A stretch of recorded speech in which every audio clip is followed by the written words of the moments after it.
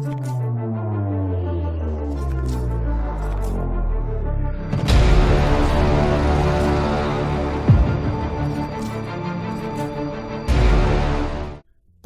کو پنجاب اور کشمیر کا سرحدی علاقہ کہا جاتا ہے۔ اس کے فوراً بعد ہی جموں شروع ہو جاتا ہے اور پنجاب کی طرف آئیں تو بھارت کے ضلع گرداسپور کی تحصیل دنیا نگر آتی ہے۔ یہ تمام سرحدی علاقہ ہے جہاں زمانہ جنگ ہو یا امن، فوجیں ہمیشہ چوکس رہتی ہیں۔ بھارت اور پاکستان کی سرحد پر بلا شبہ یہ سب سے حساس سرحدی علاقہ ہے۔ ہمیں منصوبے کے مطابق 5 ٹولیوں میں اکٹھے ہو کر مربوط ہونا اور حملہ کرنا تھا۔ میں اپنی ٹولی کا کمانڈر تھا اور میرے ساتھ 10 جاں باز موجود تھے۔ جس علاقے میں ہمیں اتارا گیا یہ نہروں، ندی نالوں، پہاڑی ٹیلوں اور درختوں سے اٹا پڑا تھا۔ یہ تو ہماری ٹریننگ کے دوران پیرا لینڈنگ فال کی مشق کا صدقہ تھا کہ یہاں پیرا کمانڈوز کسی نہ کسی طرح زمین تک پہنچ گئے، ورنہ رات کے اندھیرے میں یہاں درختوں اور پتھریلے ٹیلوں سے بچ نکلنے کے مواقع نہ ہونے کے برابر تھے۔ زمین سے قدم چھوتے ہی مجھے اپنے ساتھیوں کی فکر دامن گیر ہوئی۔ میرے قریب میرے 2 اور ساتھیوں نے لینڈ کیا تھا۔ میں نے پھرتی سے اپنا پیراشوٹ سمیٹا اور وہیں رک کر اپنے ساتھیوں کی آمد کا منتظر ہو رہا۔ تقریباً آدھ گھنٹے بعد میرے باقی ساتھی وہاں جمع ہو سکے۔ ابھی تک ہمیں دوسری ٹولی کا علم نہیں ہوا تھا، نہ ہی میرا رابطہ دوسرے کسی سیکشن سے قائم ہو سکا تھا۔ جب میرا گروپ اکٹھا ہوا اور ہم نے مقامی نقشے کی مدد سے اس جگہ کا جائزہ لیا تو اندازہ ہوا کہ ہم ابھی مطلوبہ ہدف سے کم از کم 12 تا 15 میل دور ہیں۔ میں نے اندازہ لگایا اگر ہم پیدل یہاں سے اپنے ٹارگٹ کی طرف چلنا شروع کر دیں تو مطلوبہ مقام تک پہنچنے تک اجالا پھیلنا شروع ہو جاتا اور واپسی کے لیے تو سورج نکل آنا لازمی تھا۔ دوسری طرف صورتحال یہ تھی کہ ابھی تک میرا رابطہ یونٹ کمانڈر میجر صاحب سے قائم نہیں ہو سکا تھا۔ مجھے جو بھی فیصلہ کرنا تھا فوراً کرنا تھا اور اس پر فوراً ہی عمل پیرا ہونا تھا۔ زندگی میں ایسے نازک اور اہم موڑ ضرور آتے ہیں جب قدرت انسان کو امتحان کی ایسی بھٹی میں اچانک ہی پھینک دیتی ہے جہاں سے وہ اپنی عقل اور علم کے بلبوتے پر کم از کم کبھی باہر نہیں آ سکتا۔ یہ قدرت کی عجیب ستم ظریفی تھی کہ یہ مقامات آغاز ہی سے میرا مقدر بننے لگے تھے۔ میں نے اپنے وائرلیس آپریٹر کی طرف دیکھا جو بیچارہ 15-20 منٹ سے باقی گروپوں سے رابطے کی سرتوڑ کوشش کر رہا تھا۔ میری آنکھیں اسی پر گڑی تھیں جبکہ باقی جوان ترتیب اور تنظیم کے مطابق میرے ارد گرد پھیلے ہوئے تھے۔ میں نے ایک مرتبہ پھر بڑی بے چینی سے وائرلیس آپریٹر سے رپورٹ طلب کی۔ نو کنیکٹ سر، اس نے بڑی مستعدی سے جواب دیا۔ اوکے، آپریشنل کمانڈ سے ملاؤ۔ میں نے چاہا کہ صورتحال بتا کر ہدایات طلب کروں۔ جلد ہی ہمارا رابطہ آپریشنل کمانڈ سے بحال ہو گیا۔ میں نے علاقے کی کیفیت بتا کر دوسرے گروپوں کے حالات بتا کر اگلے اقدام کے لیے احکامات طلب کیے۔ نمبر 7، اس علاقے میں انڈین بختربن ڈویژن موو کر رہا ہے۔ تم لوگ پسپائی اختیار کرو اور سرحد عبور کر کے صبح ہونے تک واپس پہنچنے کی کوشش کرو۔ آپریشنل کمانڈر نے فوراً ہی اپنا فیصلہ سنا دیا۔ سپاہی کا فرض احکامات کی تعمیل ہے اور بس، وہ سوچتا نہیں عمل کرتا ہے، یہ جانے بغیر کہ اسے کیا حکم دیا جا رہا ہے۔ مستقبل کا مورخ جب کبھی پاکستان کی کسی بھی جنگ کی تاریخ لکھے گا تو وہ ایک بات ضرور لکھے گا کہ چھوٹے افسروں اور جوانوں نے کبھی اپنے فرائض سے کوتاہی نہیں برتی۔ اگر کبھی پلاننگ میں کوئی خامی رہ گئی تھی تو وہ افسران بالا کے سبب۔ پاکستانی فوج کی عظمت کا راز یہی ہے کہ اس کے جوانوں اور افسروں نے اپنے اعلیٰ کمانداروں کے احکامات کو عمل کی کسوٹی پر کبھی نہیں پرکھا۔ میرے ساتھ جو کمانڈوز کھڑے تھے وہ اپنے دل میں جانے کیا کیا ارمان رکھتے تھے، لیکن جب میں نے انہیں ہائی کمان کے نئے حکم سے آگاہ کیا تو کیا مجال جو کسی کی پیشانی پر بل پڑا ہو۔ میں نے نقشے کے ذریعے اندازہ لگا لیا کہ صبح تک کسی بھی صورت ہمارا یہاں سے پاکستان پہنچنا ممکن نہیں۔ اس کی ایک بڑی وجہ تو مقامی سرحد سے ہماری ناآشنائی تھی اور دوسری یہاں انڈین فوج کی موجودگی۔ ہمیں نقشے کی مدد سے اندھوں کی طرح راستہ ٹٹول کر سرحد عبور کرنا تھی۔ پھر بھی میں نے فیصلہ کیا کہ ہم پاکستان کی طرف اپنا سفر جاری رکھیں گے۔ اگر ہمیں راستے میں صبح کا اجالا ہو گیا تو ہم رات تک کا وقت وہیں چھپ کر گزاریں گے اور پھر رات کی تاریکی میں سرحد عبور کر جائیں گے۔ میں نے اپنے جوانوں کو مراجعت کا حکم دیا۔ ہم لوگ فوراً ہی جنگی فارمیشن میں پسپائی اختیار کرنے لگے۔ میں نے جنگلی گھاس، ندی نالوں اور ویران علاقے کو اپنی واپسی کے لیے منتخب کیا تھا۔ سڑک کے راستے واپس جانے کے امکانات نہ ہونے کے برابر تھے کیونکہ اس راستے پر بھارتی فوج کی نظر بہت پہلے سے رہی ہوگی۔ میں نے اپنے جوانوں کو بکھر کر لیکن مربوط طریقے سے پاکستانی سرحد کی طرف چلنے کی تلقین کی تھی۔ ہم نے کچھ راستہ سڑک کے ساتھ ساتھ طے کرنا تھا تاکہ اپنی صحیح سمت کا آسانی سے تعین کر سکیں۔ ابھی بمشکل 1-1.5 فرلانگ ہی چل پائے تھے کہ سب سے آگے چلنے والے ایک جوان نے جو اس علاقے سے کوئی شدھ بدھ رکھتا تھا اچانک ہی ہمیں رکنے کا اشارہ کیا۔ تمام جوان وہیں رک گئے۔ میں اپنی جگہ سے آگے نکلا اور اس کے نزدیک پہنچ گیا۔ اس علاقے کی پوزیشن کچھ اس طرح تھی کہ جو مجھے سامنے کا منظر نظر آ سکتا تھا وہ اوروں کو نہیں۔ اس طرح جو اور دیکھ سکتے تھے اسے میں دیکھنے سے محروم رہتا۔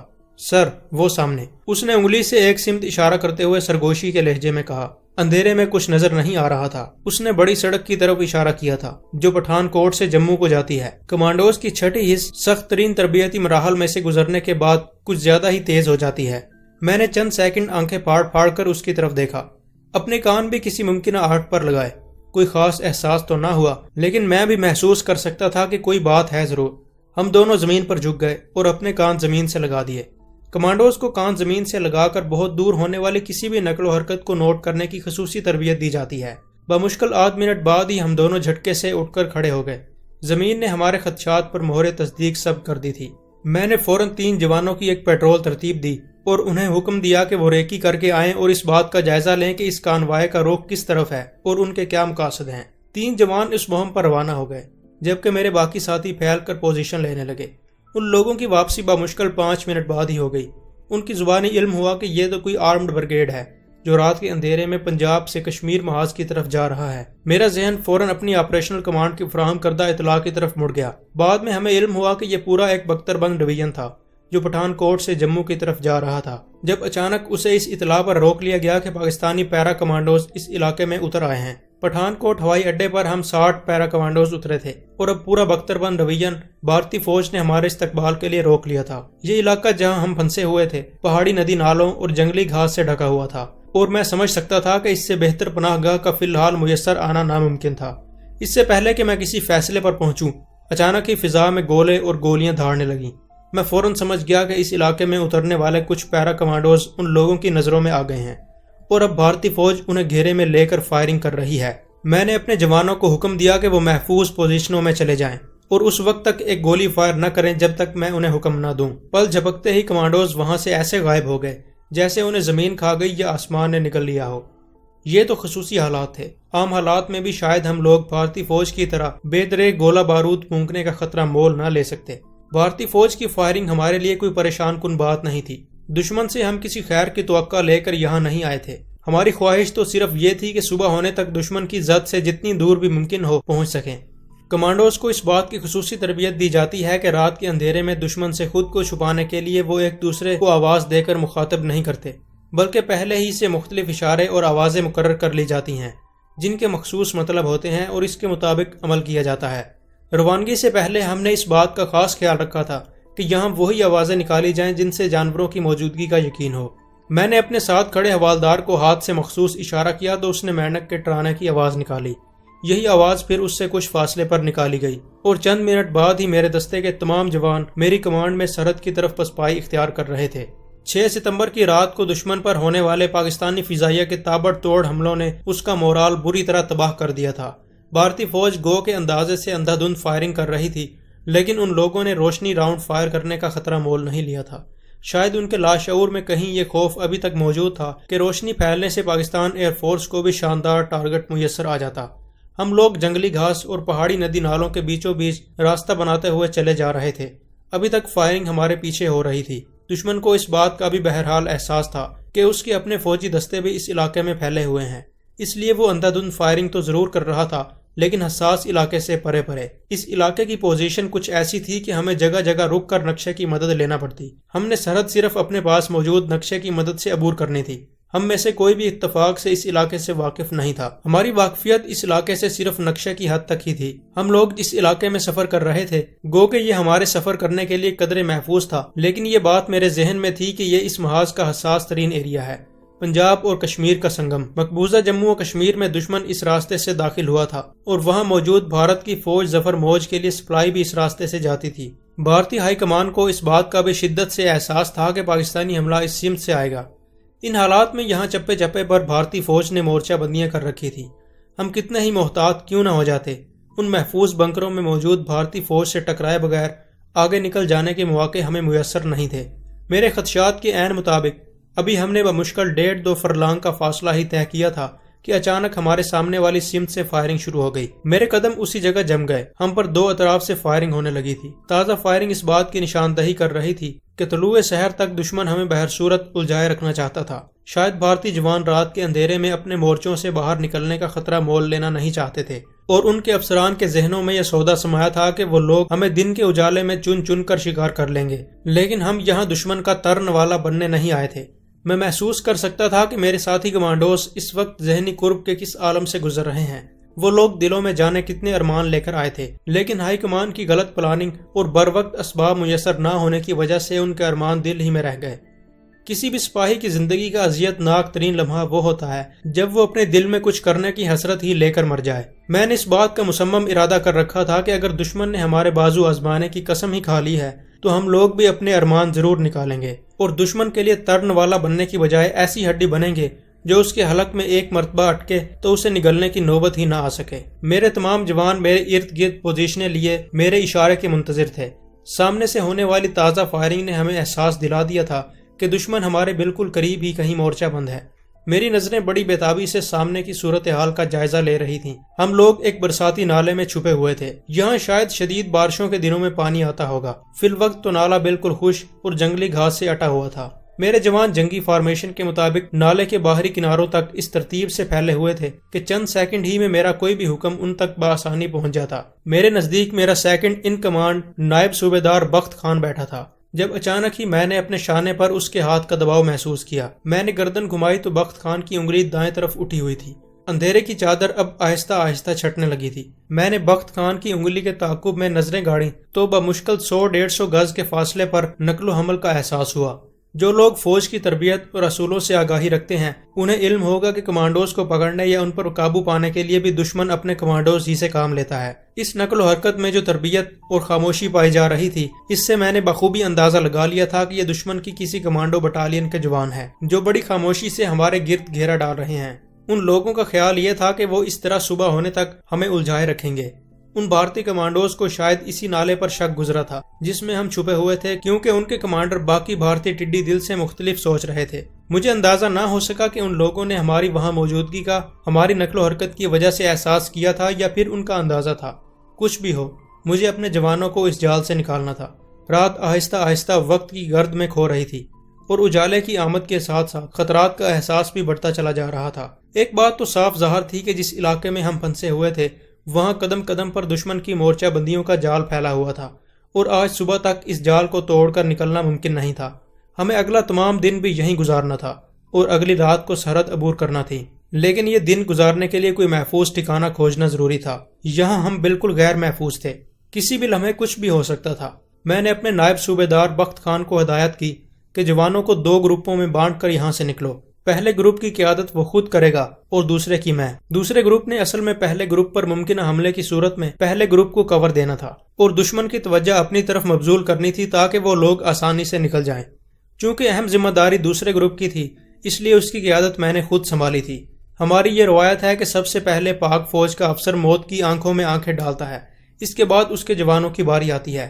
نقشے کی مدد سے ہم نے یہاں قریب ہی ایک قدر محفوظ ٹھکانہ ڈھونڈ لیا تھا جہاں ہمیں امید تھی کہ کم از کم اگلا دن گزار سکتے ہیں۔ کمپاس سے اپنی سمت کا تعین کرنے کے بعد ہم نے اندازے سے اس محفوظ ٹھکانے کی طرف روانگی اختیار کی تھی۔ جوان فوراً فارمیشن میں آ گئے۔ سانپ کی طرح رینگتے ہوئے وہ باری باری نالے کے کنارے لگی گھاس میں غائب ہو رہے تھے۔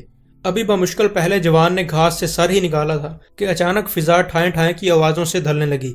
سامنے موجود بھارتی کمانڈوز نے اپنے تجربے اور تربیت کی بنیاد پر یہ اندازہ لگا لیا تھا کہ ہم لوگ یہاں سے نکلنے کی فکر میں ہیں۔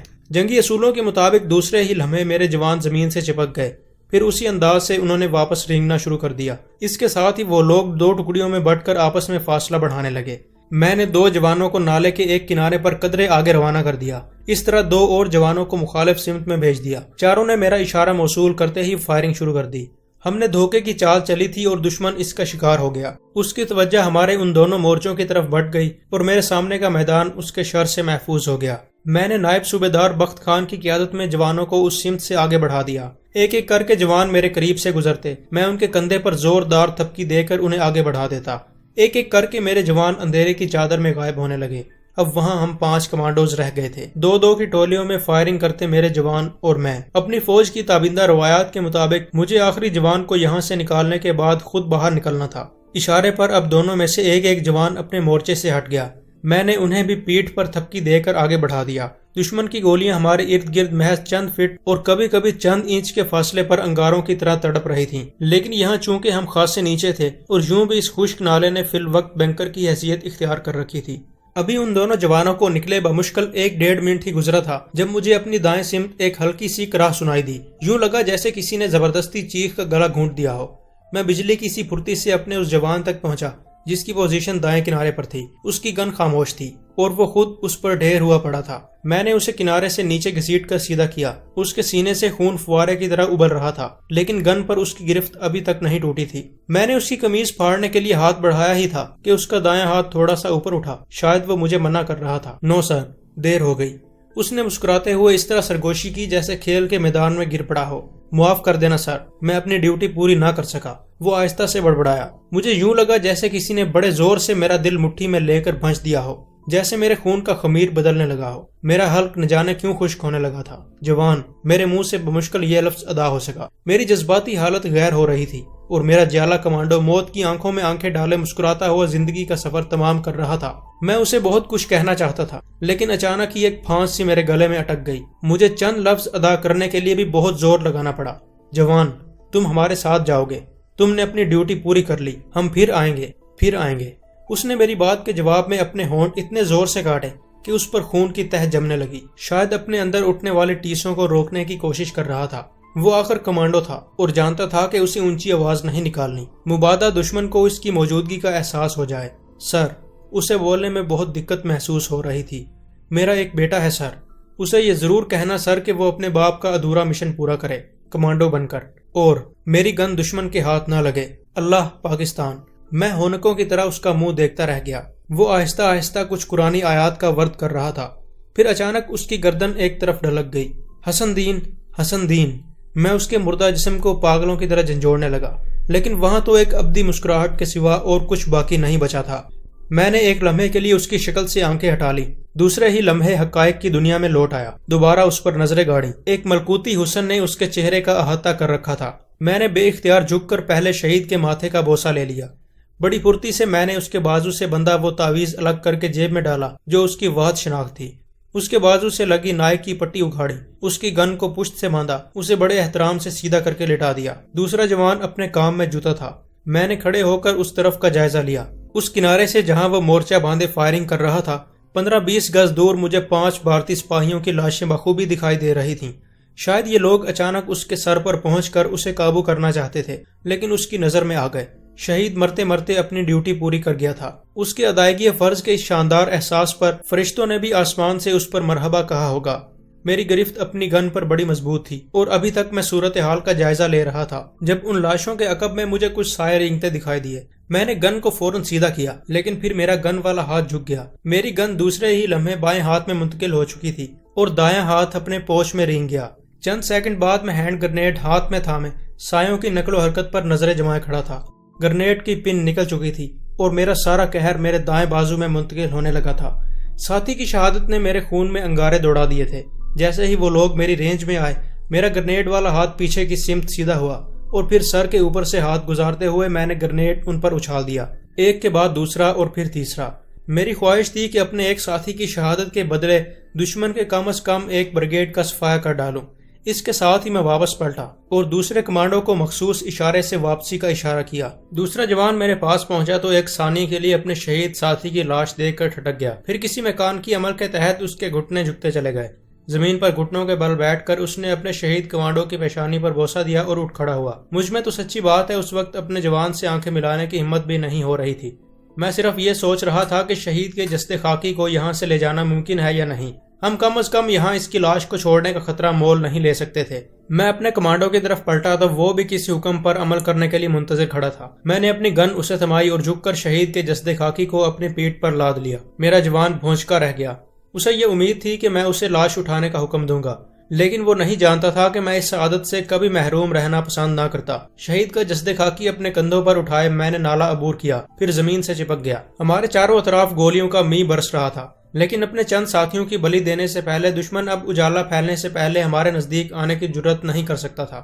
اسے اس بات کا احساس ہو چکا تھا کہ ہم جیتے جی ان کے قابو میں آنے والے نہیں۔ میرا جوان میرے ساتھ لگا ہوا رینگ رہا تھا۔ وہ کبھی میرے دائیں پہلو پر آ جاتا اور کبھی بائیں پہلو پر۔ شاید اس کی اب بھی شدت سے یہ خواہش تھی کہ میں اپنا بوجھ اسے منتقل کروں گا۔ یوں بھی جنگی اصولوں کے مطابق ہمیں ایسا کرنا چاہیے تھا، لیکن نہ جانے کیوں میں چاہتا تھا اس سعادت سے کم از کم میرا حصہ دار کوئی اور نہ بنے۔ ہمارے ساتھی ایک مخصوص فاصلے پر پوزیشن لیے ہمارے منتظر تھے۔ تقریباً 1.5-2 فرلانگ کا فاصلہ طے کرنے کے بعد جب ہم اٹھ کھڑے ہوئے، اچانک ہی ایک رائفل کی ٹھنڈی نال میری کنپٹی سے آ لگی۔ میرے منہ سے ایک مخصوص کوڈ نکلنے پر نال الگ ہو گئی اور کسی کے ایڑیاں بجانے کی ہلکی سی آواز مجھے سنائی دی۔ میرے جوان ایک محفوظ کنج پر بیٹھے ہمارا انتظار کر رہے تھے۔ شہید کے چہرے پر نظر پڑتے ہی میں نے ان کی آنکھوں میں قہر پھوٹتے دیکھ لیا تھا۔ ہم نے وہیں بیٹھ کر صورتحال کا جائزہ لیا۔ بالآخر بادل نخواستہ شہید کو یہیں دفن کرنے کا پروگرام بنایا۔ میرے جوانوں نے اپنے جالے ساتھی کے لیے قبر کھودی۔ باری باری اس کی پیشانی پر بوسہ دے کر ہم نے اس کے جسد خاکی کو قبر میں اتار کر اس پر مٹی ڈال دی۔